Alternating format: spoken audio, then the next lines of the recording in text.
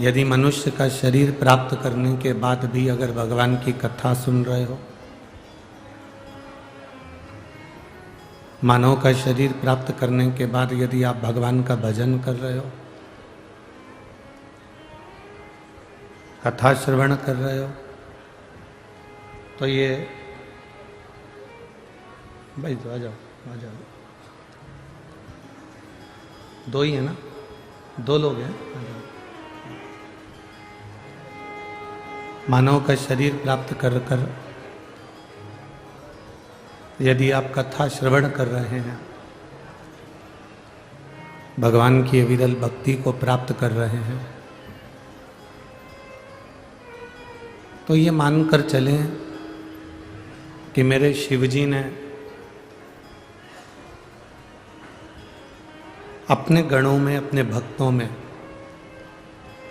आपको गिन कर रखा है और आप शिव के हैं और शिव आपका है।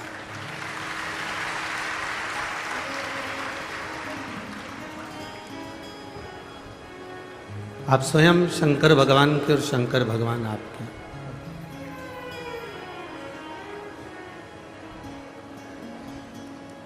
शरीर मिल गया मनुष्य का, मानव का,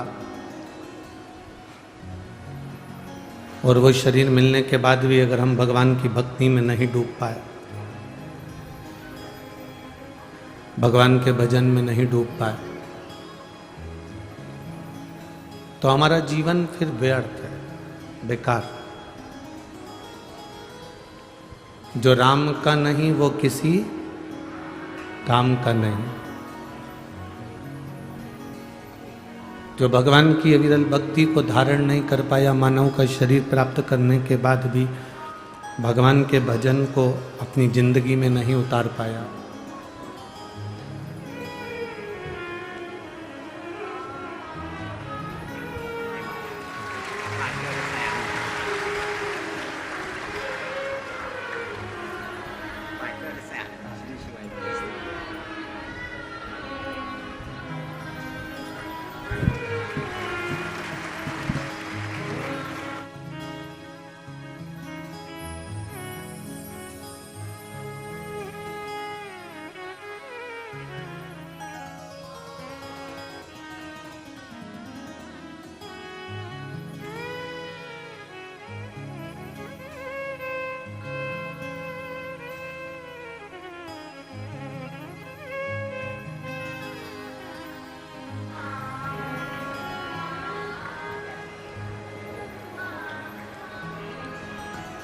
शरीर यदि मानव का है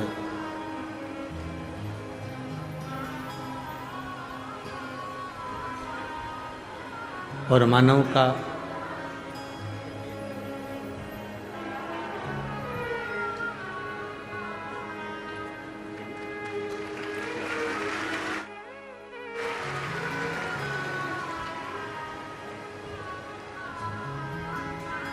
शरीर यदि मानव का है और मानव का शरीर प्राप्त करने के बाद भी राम नाम, कृष्ण नाम, शिव नाम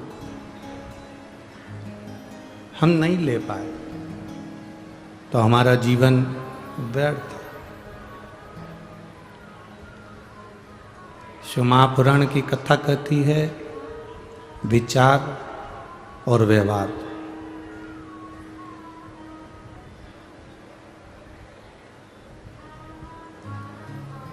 ये अच्छा रखिए, विचार और व्यवहार। अपने भीतर जितने विचार उत्पन्न होते हैं, अपने भीतर जितने विचार आते हैं, अगर ये विचार आपके अच्छे हैं तो आपको परमात्मा से कोई दूर नहीं कर सकता, आप परमात्मा के करीब में पहुंच ही जाएंगे। और यदि आपका व्यवहार अच्छा है, आप अगर अच्छे व्यवहार कर रहे हैं, अच्छा व्यवहार है यदि आपका, तो आपको मंजिल तक पहुंचने से कोई नहीं रोक सकता। आप मंजिल तक पहुंचोगे जरूर और अपनी मंजिल प्राप्त जरूर करोगे।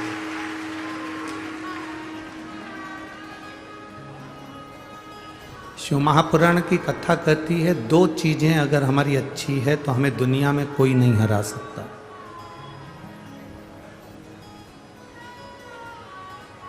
दो चीजें अगर हमारी श्रेष्ठ है तो हमें दुनिया में कोई नीचा नहीं दिखा सकता।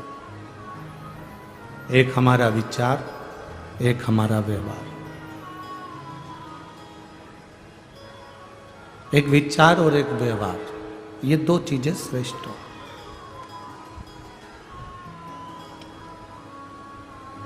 अपने विचार को कभी गलत मत होने दो और अपने व्यवहार को कभी गलत मत होने दो। घर में बैठे रहते हैं, परिवार में बैठे रहते हैं तो गलत चीजें सोचने में आती रहती है। क्यों सोचना? हम गलत क्यों सोचें? अगर हमें सोचना है तो हम अच्छा क्यों नहीं सोचें? हमारे भीतर का जो विचार आएगा वो हमारे सामने प्रकट होगा। हम किसी व्यक्ति के लिए, आप 7 ताले में बंद हो जाओ, कमरे में बंद हो जाओ, किसी कमरे के अंदर बंद होकर किसी के लिए गलत सोचना चालू कर दो, वो खुद अपने आप आपके लिए गलत सोचना प्रारंभ कर दे। आप अगर किसी के लिए गलत सोच रहे हो तो वो व्यक्ति आपके लिए गलत सोचेगा, ये पक्का है। आप किसी के लिए अच्छा सोचोगे तो वो अच्छा सोचेगा, ये निश्चित है। हमारे शरीर में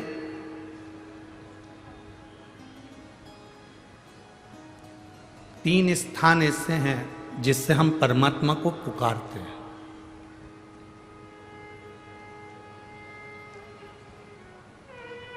पहला स्थान हमारी नाभि। जब हम बोलते हैं तो हमारी नाभि खिंचाती है। एक बार बोल कर देखो, हर हर महादेव। आप जितना तेज भगवान को पुकारोगे आपकी नाभि उतनी तेज खिंचाएगी। आपकी जो डूठी है, नाभि है, टुंडी है, उतनी तेज खिंचाएगी। अब यहाँ नाभि को क्या कहते हैं हमें नहीं मालूम, पर पेट पर जो नाभि होती है, डूठी होती है, वो खिंचाएगी।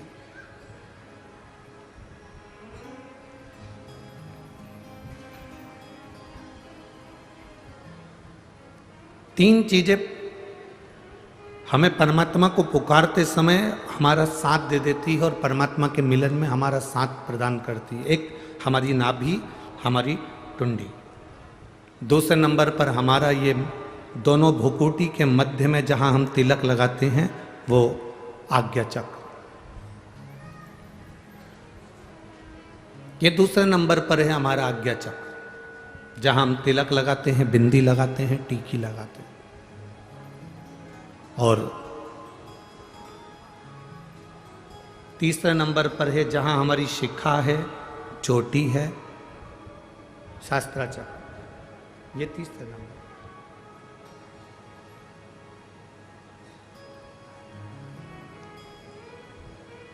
जिस समय जो व्यक्ति ज़्यादा बीमार पड़ जाता है, बहुत बीमारियों से ग्रसित हो जाता है, बहुत मात्रा में उसको अगर बीमारी ने घेर लिया, तो शंकर जी पे चढ़े हुए जल का 3 जगह पर अगर वो स्पर्श कर लेता है तो उस व्यक्ति को 15 दिन के अंदर दवाइयाँ काम करने लगती हैं और वो आराम लगना प्रारंभ हो ही जाता है। कितना भी बीमार व्यक्ति, डॉक्टर कह रहा है इसका अगर 8 दिन के अंदर फीवर नहीं उतरा, 8 दिन के अंदर इसको आराम नहीं लगा तो फिर इसको भर्ती करना पड़ेगा। 10 दिन के अंदर इसको आराम नहीं लगा तो फिर इसको हॉस्पिटल भेजना पड़ेगा। 15 दिन के अंदर अगर इसको आराम नहीं लगा तो हमको ये करना पड़ेगा। 3 जगह पर शिव जी के चढ़े हुए जल का स्पर्श कराओ।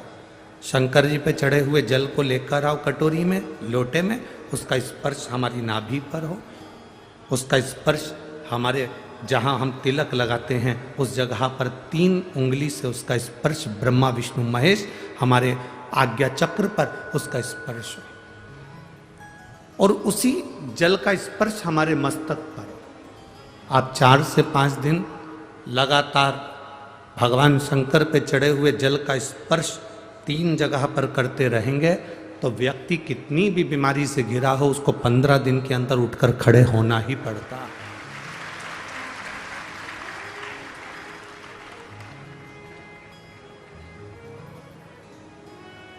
हमारा ये जो तिलक लगाने की जगह है, ये हमारा आज्ञा चक्र है। ये कोई साधारण सी जगह नहीं है जहां हम तिलक लगाते हैं। जहां मेरी जीजियां मस्तक पर बिंदी लगाती हैं, टीकी लगाती हैं, मेरे भाई लोग मस्तक पर तिलक लगाते हैं, ये जगह कोई साधारण नहीं है।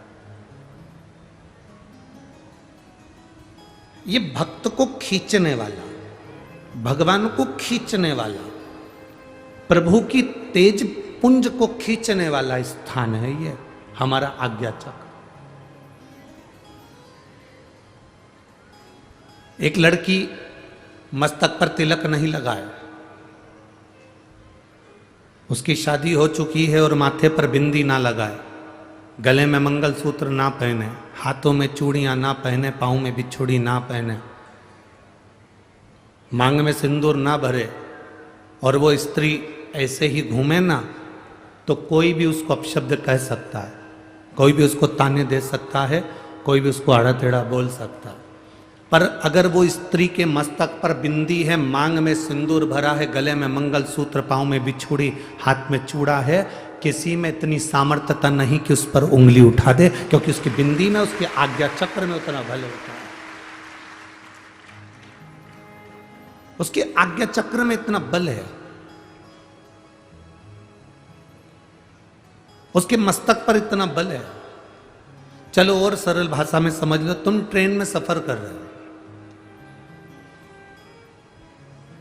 आप सबसे निवेदन करेंगे आप ट्रेन में सफर करो और सफर करते करते आपके सिर पर तिलक नहीं लगाओ, कोई कुंकू हल्दी कुछ भी तुम्हारे मस्तक पर तिलक नहीं लगा है, और तुम ट्रेन में जाकर बहुत भीड़ हो रही है और वहां जाकर तुम खड़े हो जाओ, जाने की तैयारी करो, कोई तुमको जगह नहीं देगा। पर यदि तुम्हारे मस्तक पर तिलक लगा है, तुम जो लगाना चाहो, बिंदी लगाओ, नारायण तिलक लगाओ, तुम जिस पंथ के उस पंथ का तिलक लगाओ, चाहे तो त्रिपुंड खींच लो, चाहे तिलक कर लो, और तिलक लगाकर आप ट्रेन में चढ़े तो कोई ना कोई ऐसा बंदा मिल ही जाएगा जो आपको सीट दे देगा या आपको बुलाकर अपने पास में बिठा देगा। ये आज्ञा चक्र है हमारा। जब हम भगवान देवाधिदेव महादेव को, हम तो माताओं से भी कहते हैं, हम पुरुषों से भी कहते हैं, हम बच्चों से भी कहते हैं, हम सबको एक निवेदन हमेशा करते हैं, आज फिर कह रहे हैं। 40 गांव की पवित्र भूमि से हम तो इतना कहना चाहेंगे कि आप अगर शंकर जी के मंदिर में जाते हो, जल लेकर आते हो, आचमन करते हो, तो वहां से जब आओ तब उस भगवान शंकर के चरणों के उस जल को अपनी नाभि स्थल पर, अपने मस्तक पर और अपने सिर के ऊपर उस जल का स्पर्श जरूर करें, उसका फल मिलेगा।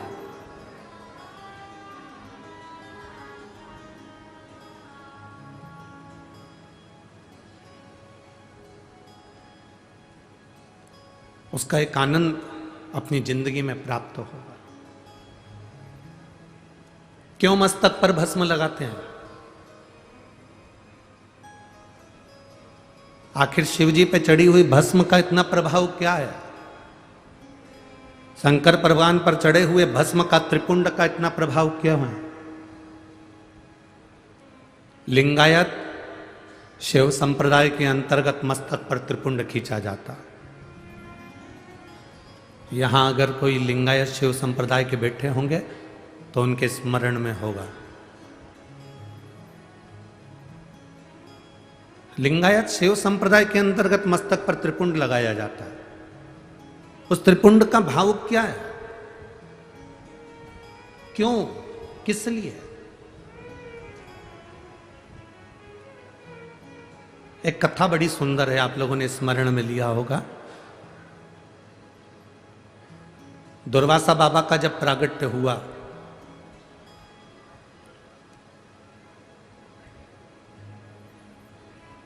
और दुर्वासा ऋषि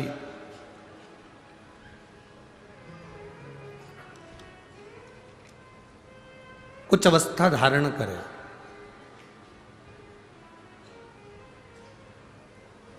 और दुर्वासा ऋषि थोड़ी सी अवस्था धारण करने के बाद वो तप साधना में लीन होने लगे।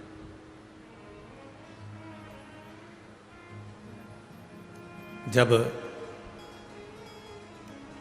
दुर्वासा ऋषि जब तप साधना में लीन होने लगे, कुछ अवस्था उन्होंने धारण कर ली और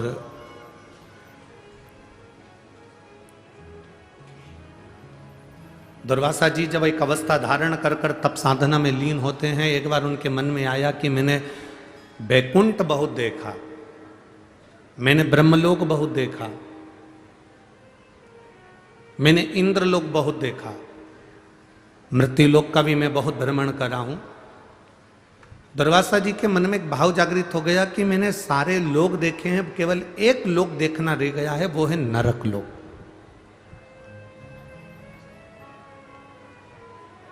केवल एक लोक है, नरक, और उस नरक को मैंने नहीं देखा।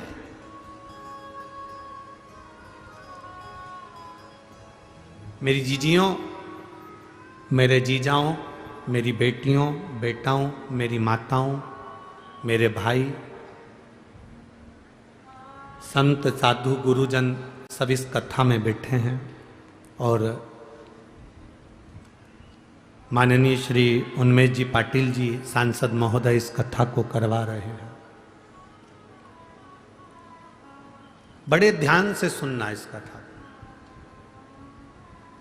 कि एक मस्तक पर त्रिपुंड लगा हुआ, भस्म लगा हुआ, शंकर जी के चढ़े हुए जल का मात्र मस्तक पर त्रिपुंड धारण कर लेना, शंकर जी पे चढ़े हुए जल को मात्र अपने शरीर पर छींट लेना, शंकर जी पे चढ़े हुए जरा से निर्माल्य को अपने शरीर से छुआ लेना, शंकर जी पे चढ़े हुए भस्म को अपने सिर पर मस्तिष्क पर धारण कर लेना, और उस निर्माल्य की क्या पूंजी है, उस निर्माल्य का फल है।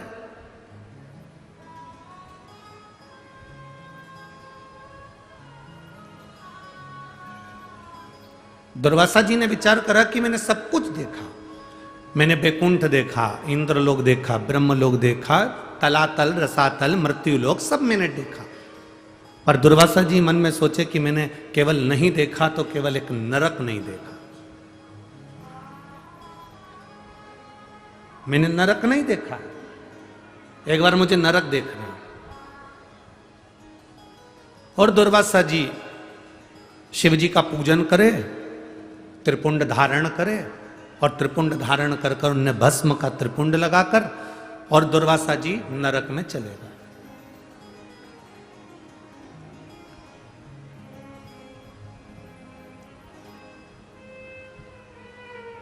जैसे ही दुर्वासा जी नरक में पहुंचे, यमराज हाथ जोड़कर दुर्वासा जी का साधुवाद कर रहे हैं। प्रभु आप आए हैं, वेलकम टू नरक, आपका स्वागत है नरक के अंदर, नरक में आपका स्वागत, आओ पधारो, नरक में आइए। आप स्वर्ग में जाएंगे तो भी स्वर्ग में आपका स्वागत होगा, आप इंद्रलोक जाएंगे तो इंद्रलोक में स्वागत होगा। आप जहां जाते हैं, पृथ्वी पर आपका जन्म होता है, आप पैदा होते हो तो आपके घर के लोग नगाड़े बजाते हैं, फटाके फोड़ते हैं, आतिशबाजी छोड़ते हैं, लड्डू बंटवाते हैं। तुम जहां जाओगे ना वहां तुम्हारा स्वागत होगा, ये निश्चित है। तुम जहां जाओगे वहां तुम्हारा स्वागत है। मरोगे तो भी तुम्हारा स्वागत है। शमशान जाने से पहले ढोल नगाड़े बैंड बाजे तुम्हें सजा धजा के राम नाम, अरे बोलो बोलो जम के बोलो जरा, राम नाम सत्य है, बोलते बोलते स्वागत करते करते तुमको लेकर जाएंगे। हर जगह तुम्हारा स्वागत, जन्म में भी मृत्यु में भी, प्रत्येक जगह।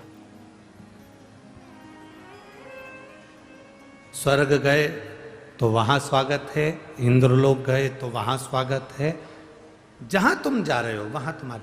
अब जैसे ही दुर्वासा बाबा नरक में गए तो नरक में जाते से दुर्वासा जी का स्वागत हुआ, वेलकम नरक, आओ ये नरक में आपका दरवाजा खुला है, आइए। दुर्वासा जी ने नरक में जाकर क्या देखा, कुंभीपाक नरक में पहुंचे और उस कुंभीपाक नरक में दुर्वासा जी, एक कुंड बना हुआ था, जिस कुंड में पापियों को पटका जाता था। उस कुंड में पापियों को गिराया जाता था। और जिस कुंड में पापी गिरते हैं, उस कुंड में दुर्वासा जी ने देखा कि पूरे नरक में लोग त्राही त्राही कर रहे हैं, चिल्ला रहे हैं, चीख रहे हैं, कुंड में भी लोग फंसे हुए हैं। और उसी समय पर दुर्वासा जी ने विचार करा कि इतना विशाल कुंड है नरक के अंदर, इतना विशाल तालाब बना हुआ है नरक के अंदर, चलो मैं इस तालाब में एक बार जरा झांक कर देखूं कि है कौन। और जैसे ही दुर्वासा ऋषि उस नरक में, उस कुंड में नीचे झांके, झांकते से दुर्वासा जी क्या देखते हैं कि उस कुंड में से, नरक की उस कुंड में से एक बैकुंठ जैसा सुंदर एक स्थान प्रकट हो जाता है, और जिसको बैकुंठ कहा जाता है। बड़ा सुंदर बैकुंठ प्रकट हो। अब नरक और नरक के अंदर कुंड, और कुंड में क्या प्रकट हो गया? जम के बोलो जरा, अच्छे आवाज आना चाहिए हमारी तक कि क्या प्रकट हुआ? बैकुंठ प्रकट हुआ। कितना आश्चर्य है, कितना बड़ा आश्चर्य, जरा विचार करिए। नरक, नरक में भी सबसे कठोर नरक कुंभीपाक नरक, और कुंभीपाक नरक में जो कुंड बना है, उस कुंड में क्या प्रकट हो गया?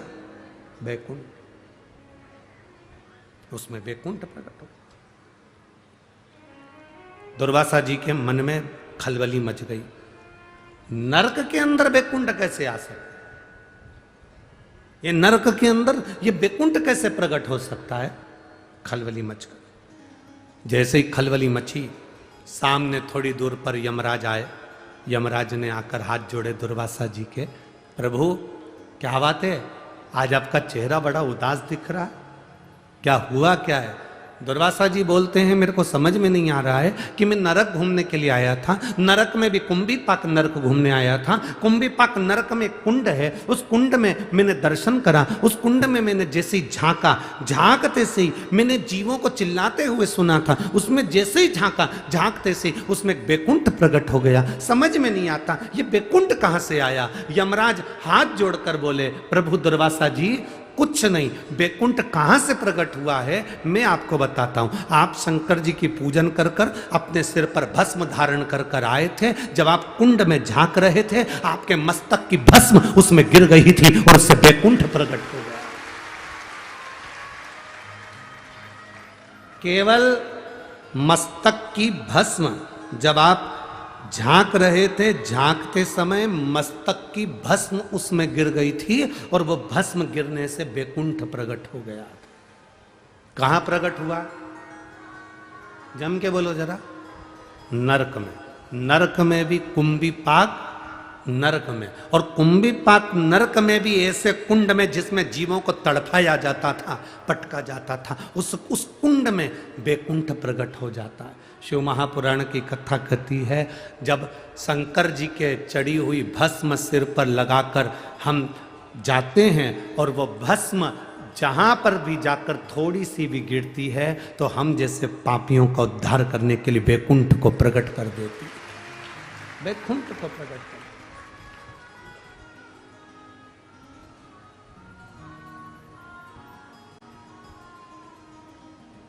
अब जरा विचार करो,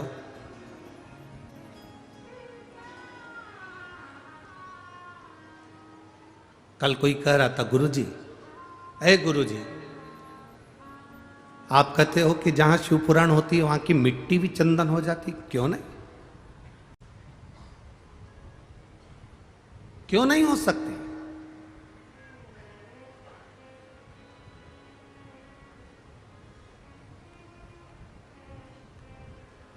अरे गुरुजी, कितनी गंदगी करते हैं लोग। कोई थूक रहा है, कोई मुंह धो रहा है, कोई वॉशरूम करने जा रहा है, कोई ना जाने कितना कितना झूठन पटक देते हैं, कितनी गंदगी हो जाती है। और आप कह रहे हो कि वो मिट्टी चंदन हो जाती है? हाँ, ऐसे कैसे हो सकता है? हमने कहा भाई देख,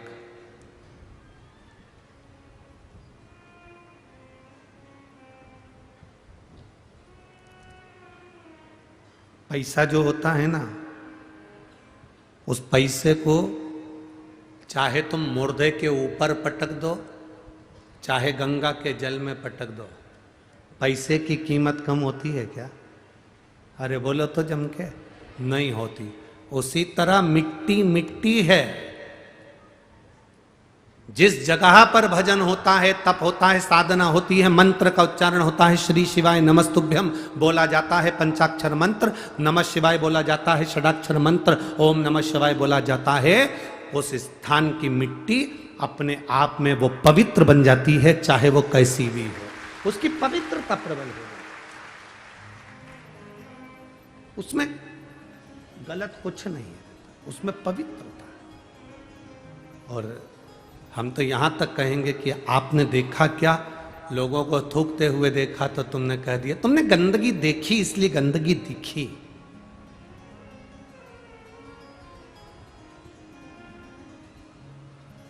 सीहोर भी लोग आते हैं ना, कुबेरेश्वर धाम पर लोग आते हैं, आप लोगों में से भी कई लोग आए होंगे।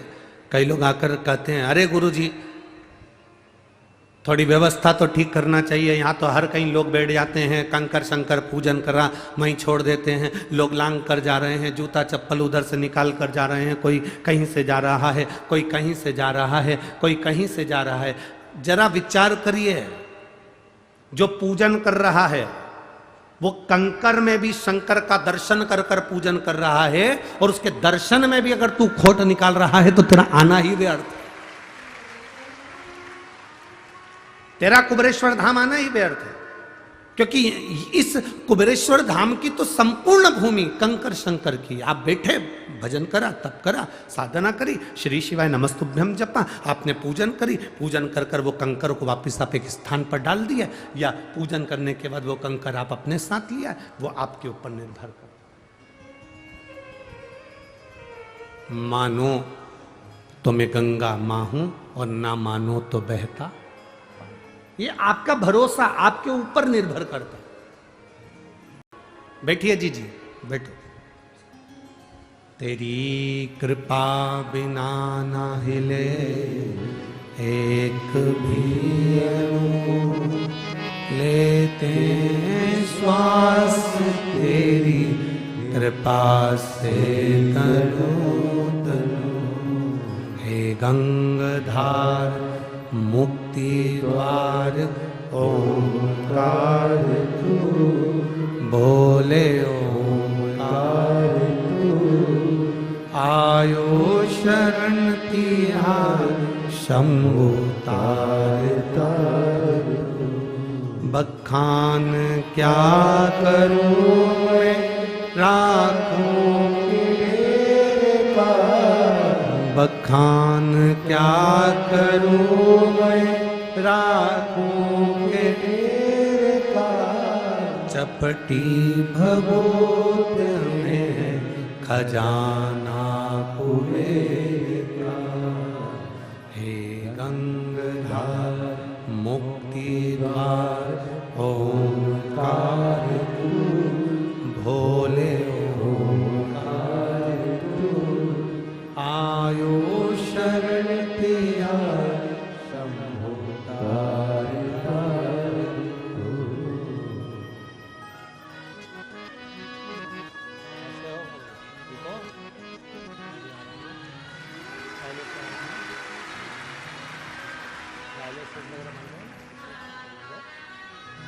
डायलिसिस पूरा बंद हो गया।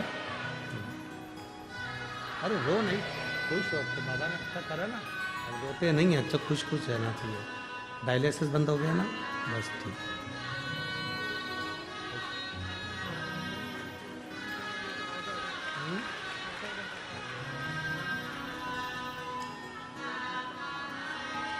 बोल रहे हैं आधा घंटा मेरे प्राण नहीं थे, आधे घंटे तक मैं मर चुका था, पर आधे घंटे के बाद जैसे ही बेलपत्र और जल मेरे होठों पर आया, मेरे प्राण मेरे बाबा ने वापस दे दिए।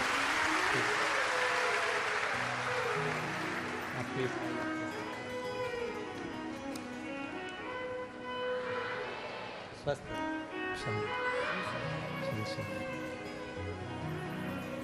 अरे खाली न जाता कोई दर से तुम्हारे, खाली न जाता कोई दर से तुम्हारे, मैं भी खड़ा हूँ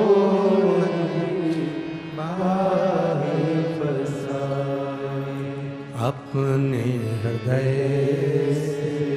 लगा लो,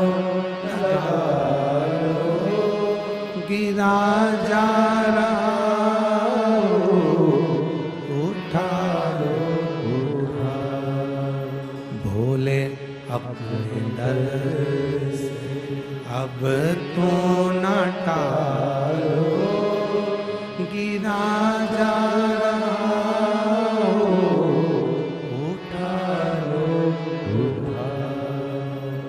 शिव तत्व हमारे भीतर हो। भगवान शंकर का शिव तत्व जितना हमारे भीतर होगा उतना मिलन सरल, मिलन सरल। बहुत हंसते हैं लोग, क्या जल चढ़ाने से रोग मिट सकता है? क्या बेलपत्री खाने से दुख समाप्त हो सकता है? उससे पूछो जिसका 1 महीने में 3-3, 4-4 बार डायलिसिस हो रहा हो, वेंटिलेटर पर पड़ा हो और उसके बेटे से कह दिया गया हो कि बॉडी को ले जाओ। उस जल की महत्वता क्या है? दुर्वासा बाबा ने अपने मस्तक पर जो भस्म का त्रिपुंड लगाया और नरक कुंभिपाक नरक के कुंड में झांका, उस भस्म के तिलक में से जरा सी भस्म नीचे गिर गई। जब हम मांग भरते हैं, जब हम तिलक लगाते हैं तो उसमें से थोड़ा थोड़ा तिलक तो गिरता रहता। चंदन का त्रिपुंड लगा लो तो धीरे धीरे चमड़ी सूखेगी तो वो गिरेगा, गिरता।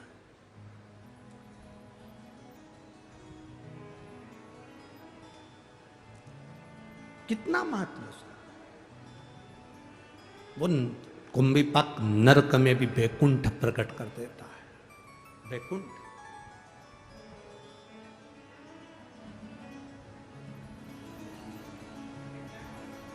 विष्णु पुराण पढ़ी है किसी ने?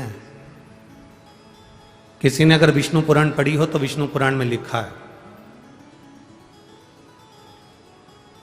लक्ष्मी जी नारायण से कहती हैं, प्रभु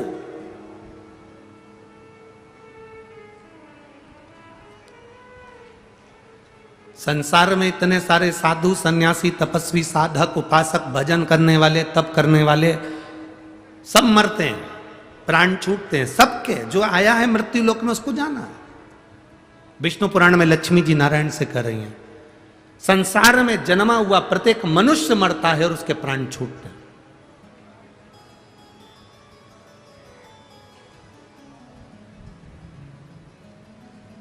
पापी भी मरता है, पुण्य वाला भी मरता है।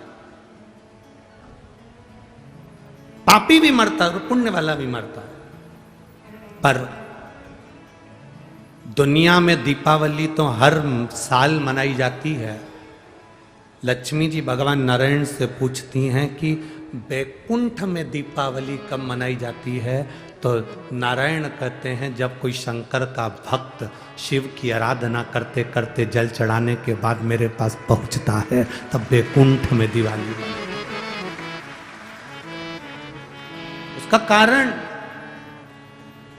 विष्णु पुराण में लक्ष्मी जी पूछ रही है कि बैकुंठ में दिवाली, एक शंकर का भक्त आता है और बैकुंठ में दीपावली मनती है। आपका भक्त आता है तो क्या दिवाली नहीं मनती? भगवान कहते हैं नहीं। ब्रह्मा जी का कोई भक्त आता है तो दिवाली नहीं मनती? नहीं। पर शंकर का कोई भक्त प्राण छोड़ने के बाद जब आता है तो बैकुंठ में दिवाली मनती है। तो पूछा, ये बैकुंठ में दिवाली शंकर के भक्त के आने से क्यों मनती है? तो भगवान नारायण कहते हैं शिव का भक्त जब हमारे पास में आता है, उसके शरीर के तरंगों में, उसके शरीर, उसकी आत्मा के रोमावली में, उसके जीव के भीतर उसने इतना शंकर का जल चढ़ाया होता है, इतना शंकर का त्रिपुंड लगाया होता है, शंकर के जल को अपने मस्तक पर चढ़ाया होता है, आज्ञा चक्र पर लगाया होता है, शंकर के जल को उसने पिया हुआ होता है, शंकर के जल को चढ़ा चढ़ाकर उसकी एक एक हृदय की रोमावली में, उसके हृदय के अंदर शिव ऐसा समा जाता है कि वो जीव जब वैकुंठ में आता है तो 33 कोटि देवी देवता उस जीव की आत्मा की तरंग से वैकुंठ का फल प्राप्त कर लेते हैं। इतना आनंद की अनुभूति शिव के भक्त से होती है।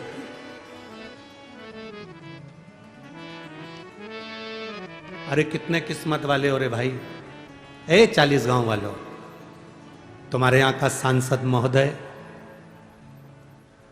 माननीय श्री उन्मेष जी पाटिल जी और उनकी धर्मपत्नी श्रीमती संपदा जी उन्मेष जी पाटिल, मैं धन्यवाद दूंगा। जैसा राजा वैसी प्रजा, मुझे धन्यवाद दूंगा। जैसा राजा वैसी प्रजा। आज तक किसी सांसद तो जाने दो, विधायक ने भी कभी किसी नदी की परिक्रमा नहीं करी।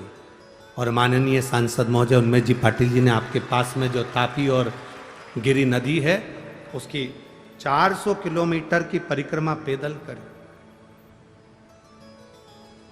कारण, उस नदी की परिक्रमा करने का कारण केवल एक था कि यह अनुभव करना था कि इसमें थोड़ा सा समय पानी रहता है, बाकी के समय इसमें जल क्यों नहीं रह पाता, और उसमें पानी आना चाहिए जिससे पूरी क्षेत्र का विकास और पूरे क्षेत्र का कल्याण। वो जल के लिए नदी को कैसे स्वच्छ रख सकते हैं, गांव नगर शहर को कैसे स्वच्छ रख सकते हैं, वो ज्ञात करने के, ज्ञात करने।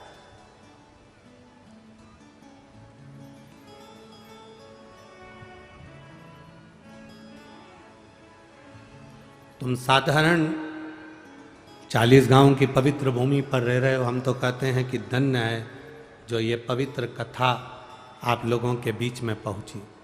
ये कथा 2027-28 से पहले 40 गांव नहीं आती, 2028 के पहले ये 40 गांव आ गए, क्योंकि कथाओं की बुकिंग लगभग 2027 तक फुल है। अब 2028 की बुकिंग होनी चालू है। पर कोई कथा यदि कैंसिल होती है और कोई लिखा कर चले जाता है कि यह कथा अगर हमको मिल जाए, हम 5 दिन में, 8 दिन में, 10 दिन में व्यवस्था कर सकते हैं, तो वहाँ फ़ोन कर दिया जाता है समिति की ओर से कि कथा कैंसिल हुई, आप व्यवस्था कर सकते।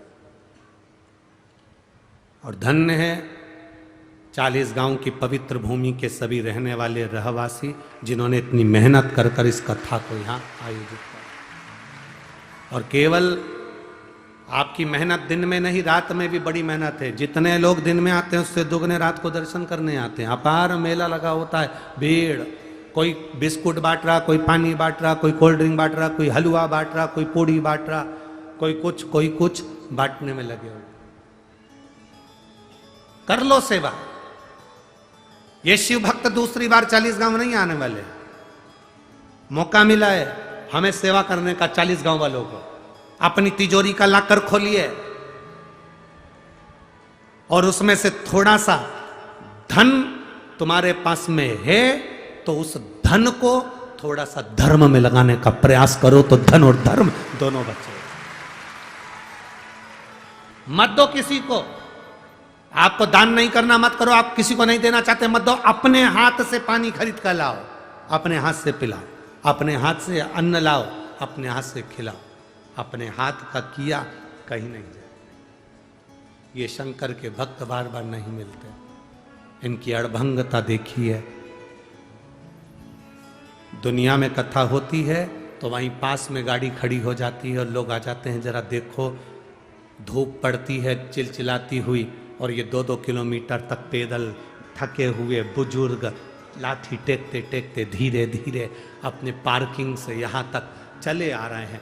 नाम लगते रखते श्री शिवाय नमस्तुभ्यम, श्री शिवाय नमस्तुभ्यम, भगवान का नाम लेते लेते लेते लेते चले आ रहे हैं। ऐसे जीव को जब आप पानी पिलाते हो तो अपनी जिंदगी का सबसे बड़ा पुण्य कार्य कर कर रखते हो।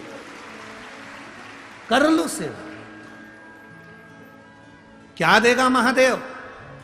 इतनी छोटी सी डायरी अपने पास खरीद के रखो और तारीख लिख के रखो, 16 तारीख को मैंने 15 रुपए का पानी पिलाया था शंकर के भक्त को। बस वो तारीख लिख के रखना और 3 महीना उस तारीख के बाद में हमको 15 रुपए का हिसाब बताना कि वो 15 का बढ़ा कि घटा। वो स्वयं आपको मालूम पड़ेगा कि उसका बल कितना। आज तीसरा दिन कथा का है। कथा 5 बजे विराम हो जाएगी। कल चौथा दिन हो जाएगा। परसों की कथा सवेरे 8 बजे से 11 बजे तक हो जाएगी। बाद में सब अपने अपने घर चले जाएंगे। 2 दिन की कथा का क्रम और अपनी जिंदगी में जितनी झोली पसार कर निवेदन कर सकते हो, बटोर सकते हो, बटोर लो और भगवान की भक्ति प्रदान करते चलो, देते चलो। ये नहीं मिलना। शिव तत्व को अपने भीतर बिठाइए। शिव तत्व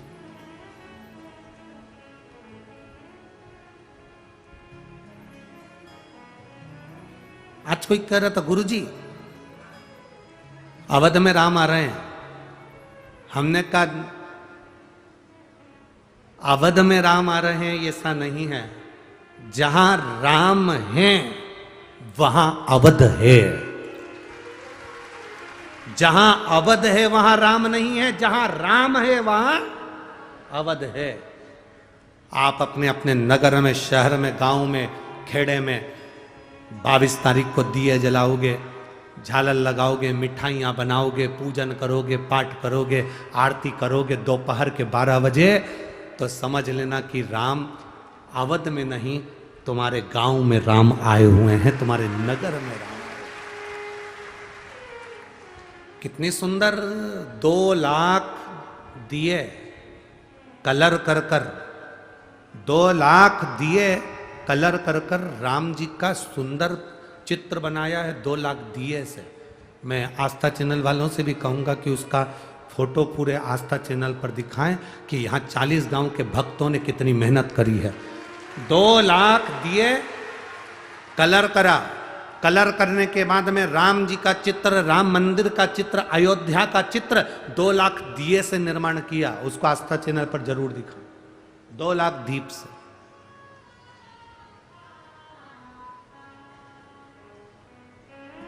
एक तो भीड़ ज्यादा रहती है तो हमारा आना नहीं होता, परंतु सांसद महोदय जी से निवेदन, एक बार हमको भी दर्शन जरूर कराना। हम भी जाना चाहते हैं कि वो 2 लाख दीप का जो राम जी का चित्र बनाया है उसको हम भी दर्शन करें। हमारा भी मन है वहां आने का, पर हमारे चक्कर में वो दिया तुम ना बिगाड़ दो, जा चक्कर में हम नहीं आते हो। तो महाराज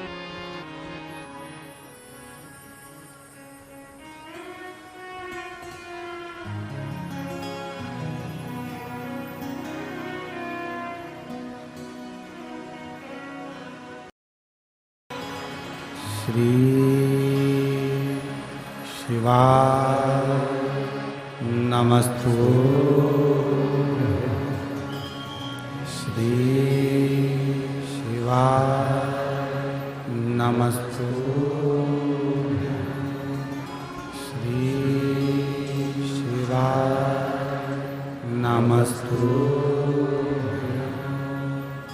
श्री शिवाय नमस्तु। श्री शिवाय नमस्तु। भोला सब दुख काटो, ओ भोला सब दुख काटो। शिव शंकर जपो तेरी माला, बोले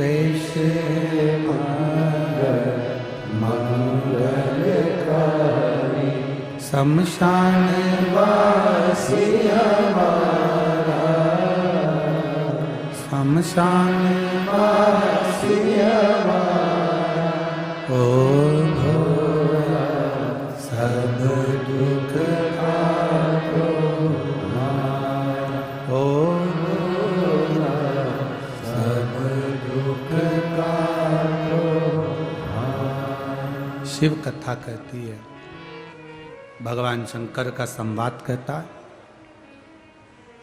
विचार व्यवहार अच्छा रखिए।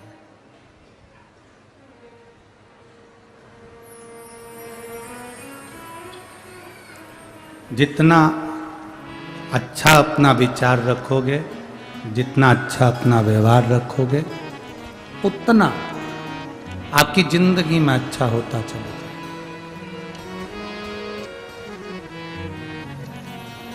दुर्वासा बाबा के मस्तक का जरा सा त्रिपुंड का भस्म कुंभीपाक नरक के उस कुंड में जाता है और वैकुंठ बना देता है। लोग कितना भी हंसें, अपने मस्तक पर शिवजी पे चढ़े हुए जल का आप चंदन कंकु नहीं लगा सकते तो कम से कम उस जल को तो अपने मस्तक पर लगाओगे। दिखता है क्या? लगा लिया, ठीक है।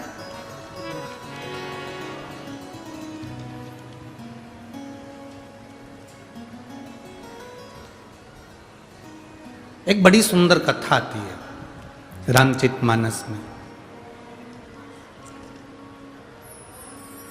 सुग्रीव जी के ससुर,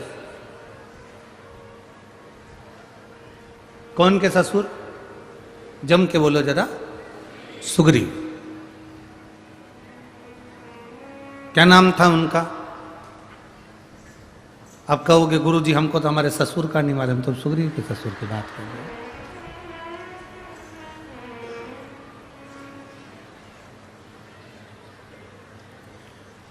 हैं। दुनिया बड़ी विचित्र है। एक लड़का तीर्थ करने जा रहा था उसकी पत्नी के साथ, तो अपने दोस्त के पास गया। दोस्त से बोला मैं तीर्थ करने जा रहा हूँ। बहुत अच्छी बात है, मेरा मन करता है कि मैं सिगरेट, गुटखा, पाउच सब छोड़ दूं।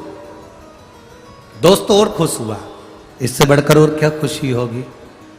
छोड़ दे, पर समझ में नहीं आ रहा किसके पास छोड़ूं। मेरे सारे दोस्त बेकार हैं, अगर मैं उनके पास छोड़ के चले गया वही खा पी गए तो। दोस्त ने माथा ठोका। हम समझे थे कि तू जिंदगी भर के लिए छोड़ रहा है, तू तो दोस्त के पास छोड़ के जा रहा। हमें अपना स्मरण नहीं मालूम। बड़ी सुंदर कथा रामचरितमानस में आती है सुग्रीव के ससुर जी की।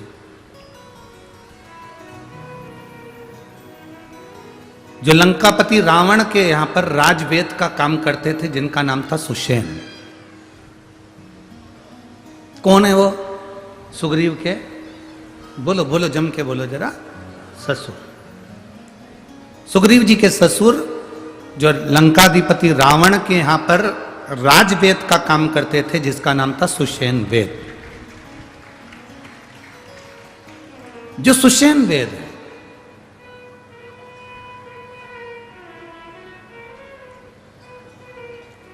ये इतना विचित्र वेद था। सुग्रीव जी के जो ससुर जी थे सुषेण वेद, लंकाधिपति रावण के जो राजवेद थे सुषेण वेद, ये इतने विद्वान थे, इतने विद्वान, जिन्होंने लक्ष्मण जी को जीवित किया था। कथा तो आप लोगों ने सुनी होगी ना रामायण की। जब शक्ति लग गई, मेघनाथ ने शक्ति मार दी और लक्ष्मण मूर्छित हो गए। हनुमान जी बूटी लेकर आए और फिर वो दिया। ये सुषेण वेद के कहने पर गए थे। सुग्रीव के ससुर हैं सुषेण वेद। ये बड़े विचित्र वेद है। कहते हैं देवलोक में भी अगर कोई बीमार पड़ जावे, पूरे मृत्यु लोक में अगर किसी को रोग हो जावे, तो सुषेण वेद से बड़ा कोई वेद नहीं था। इतना विचित्र वेद था। डॉक्टर तो सभी होते हैं, पर कोई कोई डॉक्टर ऐसा होता है जिसका नाम बड़ा प्रसिद्ध होता है, बड़ा प्रसिद्ध। वहां चले जाओ, वो डॉक्टर से मिल लेना, उनकी तो दवाई बड़ी कामगार है और अच्छा कर देती। कई लोग हंसी हंसी में कह देते हैं अगर तुमको तकलीफ है शिव महापुराण की कथा में चले जाओ, बैठकर कथा सुनोगे, 5 दिन में जब वापिस आओगे तब हमको बताना कि तुम्हारा स्वास्थ्य कैसा है। कई लोगों को तो ये भी डॉक्टर की वेद की दवा लगती है। सुषेण वेद बड़े प्रसिद्ध वेद थे। लंकाधिपति रावण का जो राजवेद हो, जिसके यहां पर ग्रह बंधन में पड़े हों, देवताओं भी बंधन में पड़े हों, ऐसे लंकाधिपति रावण का कोई वेद कोई साधारण नहीं हो सकता। सुग्रीव के ससुर उनके यहां वेद थे। एक बार रावण के मन में भाव उत्पन्न हुआ कि ये सुषेण वेद ऐसा कैसी औषधि बनाता है, ऐसे कैसे दवाई बनाता है कि दवाई तुरंत असर कर जाती है।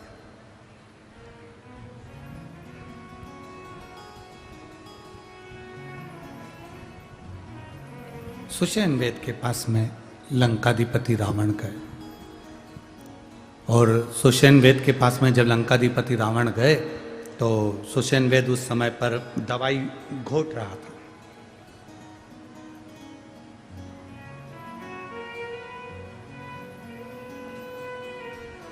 सुषेण वेद का एक नियम था, जितनी देर दवाई घोटता था उतनी देर शंकर का नाम जपता था, शिव के नाम का उच्चारण करता था, शिव के नाम का स्मरण करता था। यहां तक अगर लंकाधिपति रावण की तुमने संहिता पढ़ी हो, रावण की लंकेश की संहिता का स्मरण करा हो, तो रावण संहिता के अंतर्गत यहां तक लिखा हुआ है कि ये सुषेण वेद शिवजी की आराधना करता था, और इसकी आराधना को देखकर लंकाधिपति रावण शंकर की आराधना में लीन हो गया था। यहां तक वर्णन किया गया कि शिव की आराधना सुषेण वेद कितनी करता था कि उसको देखकर लंकाधिपति रावण शंकर की आराधना में लीन हो गया था। इतना शंकर की आराधना में लीन रहता था सुषेण वेद, इतनी लीनता थी। जब कोई अच्छा व्यक्ति भगवान की ओर बढ़ता है और उसको कोई दूसरा देखता है तो उसके मन में भी शंकर के प्रति भाव जागृत होता है। भाव, ये प्रेरणा है। अगर आज माननीय सांसद महोदय श्री उन्मेष जी पाटिल जी, उनकी धर्मपत्नी श्रीमती संपदा पाटिल जी अगर आज कथा में आए हैं, बैठे हैं, कथा का क्रम करवा रहे हैं, उनके साथ में उनके साथी लोग भी मिलकर कथा का क्रम करवा रहे हैं, तो ये अपने क्षेत्रवासियों को एक प्रेरणा है कि तुम कितनी भी उन्नति की सीढ़ी पर चढ़ जाना, कितने भी करोड़पति बन जाना, कितने भी वैभवपति बन जाना, कितने भी ऊंचे सिंहासन पर बैठ जाना, पर अपने सनातन धर्म को मत भूल जाना। यह प्रेरणा है। अपने सनातन धर्म को मत छोड़ो, अपने सनातन धर्म को मजबूत करने का प्रयास करो।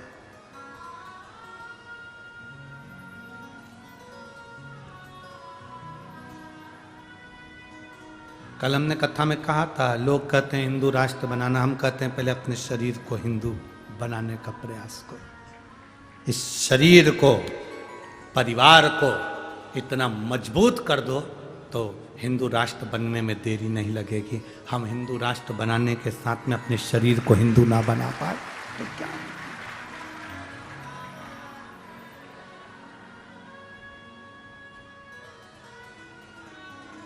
अभी हमने भजन लिया, उसमें कहा घर घर में अलख जगाना है, भारत में राम को लाना। हमने ये नहीं कहा कि अवध में राम को लाना।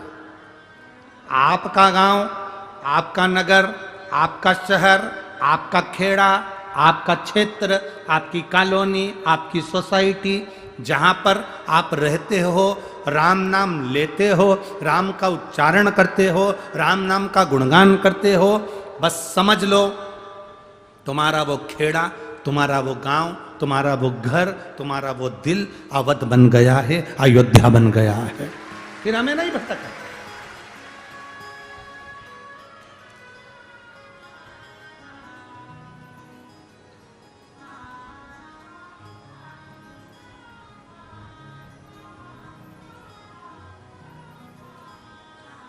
वो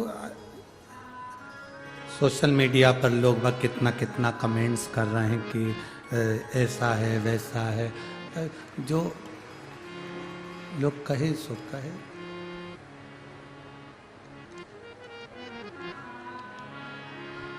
बोलने वाले बोलते रहेंगे। आग लगे बस्ती में, जम के बोलो जरा, आग लगे बस्ती में, बोल बम का नारा है। इतना विचित्र है, ले दे के लोग उसके पीछे पड़ जाते हैं, मोदी के पीछे।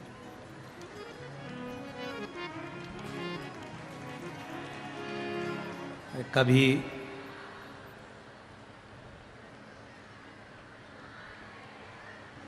एक प्रसंग याद आता है। एक प्रसंग बड़ा सुंदर स्मरण में आता है, कभी आप स्मरण में लेंगे उस प्रसंग।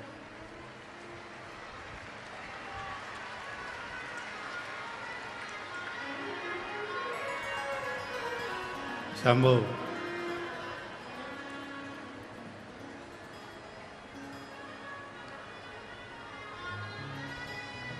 बोल बम का नारा है।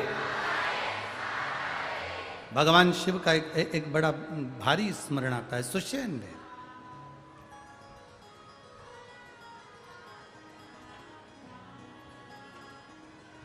आज कोई कर था, और इससे पहले भी एक कमेंट्स में हमने देखा था कि वो मोदी जी ने थाली बजवा दी, मोदी जी ने वो ताली बजवा दी, मोदी जी ने ये बजवा दिया, मोदी जी ने वो बजवा दिया। अब आप लोग अगर विद्वान होंगे तो आप लोगों को समझ में आएगा। आप लोगों ने अगर पढ़ा होगा, स्मरण करा होगा, 2019 में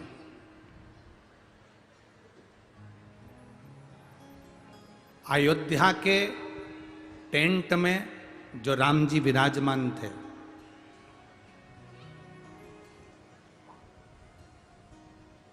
उनको हटाने का, उस मूर्ति को दूसरे मंदिर में ले जाकर रखना, क्योंकि वहां पर राम मंदिर का निर्माण होना। उस मूर्ति को ले जाने का तारीख आ गई और वो तारीख निकली 2020 में, गुड़ी पड़वा का दिन, चैत्र का महीना, 25 तारीख 2020। अब किसी ने कहा गुरुजी व मोदी जी ताली बजवा दी है, थाली बजवा दी है, घंटी बजवा दी है, हारन बजवा दी है। क्यों बजवाए? कभी आप अंदाजा लगाएंगे? तारीख आ गई नजदीक में, 25 तारीख को टेंट में से राम जी की मूर्ति को ले जाकर मंदिर में रखना है। अब ये विचार करा गया कि भगवान राम की मूर्ति इतने सालों के बाद वहां से हटेगी। लोग बाग जरा सा 4 कदम चलते हैं तो तोप बजती है, दूल्हा चलता है तो नगाड़े बजते हैं, और भगवान ऐसे ही चले जाएंगे, ऐसे ही। अब कोरोना काल चल रहा था 2020 में, कोरोना भी बहुत तीव्र। योगी जी मोदी जी से कहे कि मन नहीं कर रहा कि राम जी को कैसे ले जाएं, कोई जुलूस नहीं, कोई आतिशबाजी नहीं, कोई बैंड बाजा नहीं, और कोरोना अलग चल रहा है। तो मोदी जी बोले तुम चिंता मत करो, तुम 25 तारीख के पहले नी ताली और नगाड़े बजवा दिए तो हमारा नाम भी ना। 25 तारीख 2020 में राम जी टेंट में से निकलकर मंदिर में जा रहे थे और 22 तारीख को नगाड़े पूरे भारत में बज रहे थे। जो धर्मी थे वो भी और जो धर्मी थे वो भी बजा रहे थे कि भगवान अब ऐसे बैंड नहीं बजा सकते क्योंकि कोरोना था, ऐसे जुलूस नहीं निकाल सकते क्योंकि कोरोना था, तो कम से कम ऐसे लोगों से दीप जलवा दिए, ताली बजवा दी, नगाड़े बजवा दिए, ताली बजवा दी, पूरा नगर, पूरा भारत उत्सव मना रहा था और मेरे राम टेंट में से निकल कर जा रहे। अब फिर वही क्रम, घर घर में अलख मेरे राम को। भीतर एक उज्जवल भाव प्रकट करिए अपने भीतर। हम ये नहीं कहते कि तुम अवध जाओ, हम तुमसे ये कहते हैं तुम इतना राम का भजन कर लो कि राम को तुम्हारे पास में आना पड़ जाए। शबरी के दरवाजे पर राम आए थे, सुग्रीव के पास में राम आए थे, मातंग बाबा के पास राम आए थे, संत ऋषि निषाद सबके पास राम पहुंचे थे। राम साधारण नहीं, हर एक के पास पहुंचते। भजन का बल बढ़ाइए, भक्ति का बल बढ़ाओ, भजन का बल बढ़ाओ, कीर्तन का बल बढ़ाओ। आप शिव महापुराण की कथा तक पहुंचे हो तो शंकर आपके दरवाजे तक जरूर पहुंचेगा। सुषेण वेद की कथा कहती है, सुषेण वेद सुग्रीव के ससुर हैं। सुग्रीव जी के ससुर सुषेण वेद शंकर के इतने बड़े उपासक हैं कि शिव के बिना एक मिनट नहीं रहते। औषधि बना रहे हैं तो शंकर का नाम ले रहे हैं, भजन कर रहे हैं शंकर का, दवाई सुखा रहे हैं तो शिव का नाम ले रहे हैं। शिव की भक्ति में डूबो।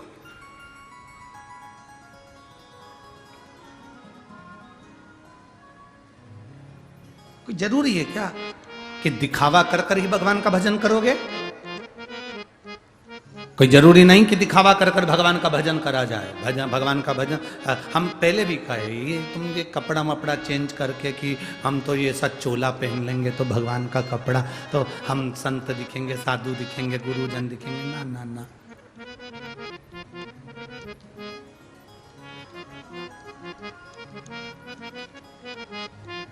सुंदर दिखने के लिए कितनी मेहनत करते हो सब लोग। बोलो बोलो, ईमानदारी की बात बोलो रीजी जी। सुंदर दिखने के लिए कितनी मेहनत करती हो? 2 घंटा तो कजन कौन कौन से 3-4 ट्यूब रखे हैं उसमें बाथरूम के अंदर, एक एक करके लगाती, फिर पानी से धोती, फिर कोई दूसरा ट्यूब ले आई। वो तो एक बार हमें कहीं ठहराया था और ना जाने किसका कमरा था, उस कमरे में बहुत सारे ट्यूब रखे थे, साबुन नहीं था तो हमने निकाल के उससे धोया से तो मालूम पड़ा। तो पहला ट्यूब तो ऐसा था कि बिल्कुल एकदम चिकना चिकना था, उससे धो लिया।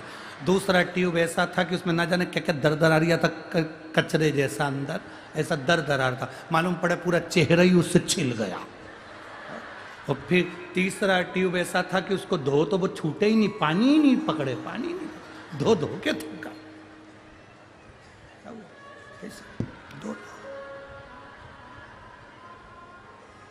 अब कितना आप सहज भाषा में लीजिए कि सुंदर बनने के लिए आप कितना प्रयास करते हो। एक ट्यूब लगाया, पानी से धोया, साबुन लगाया, पानी से धोया, और टावल से मुंह भी ऐसे रगड़ के नहीं पोछा। जैसे बेचारे जेंट्स लोग तो बेचारे रगड़ के पोछ ले, और जी तो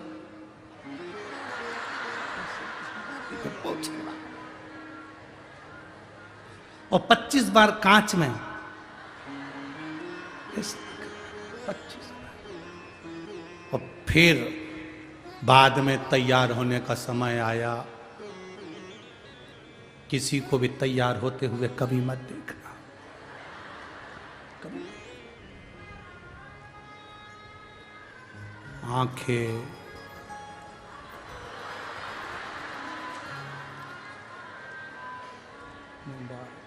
पेंसिल, फिर उससे लाइन, फिर डब्बा, फिर इधर से नीली, फिर मालूम पड़े ज्यादा लग गई तो झूठा मूठा सब कर कुरा के तैयार हो के। अब कितनी मेहनत, जरा विचार करो। सुंदर बनने के लिए इतनी मेहनत कर रहे हो तो निवेदन है उस सुंदर परमात्मा को पाने के लिए वे थोड़ी सी मेहनत करो, जिससे परमात्मा तुम्हें थोड़ी सी मेहनत, बस थोड़ी सी मेहनत करोगे, शिव तुम्हारे।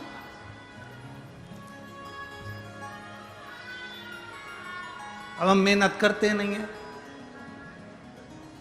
रत्ती भर भी हमसे मेहनत होती नहीं है। सुंदर बनने के लिए जितनी मेहनत करी उसमें से एक अंश निकाल लो और उतना अंश भी परमात्मा को दिया तो बहुत है।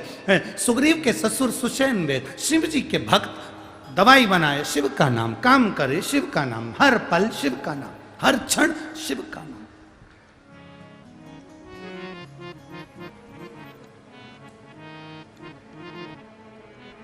गुणगान करते जाते, भजन करते, अरे भोले भंडारी रे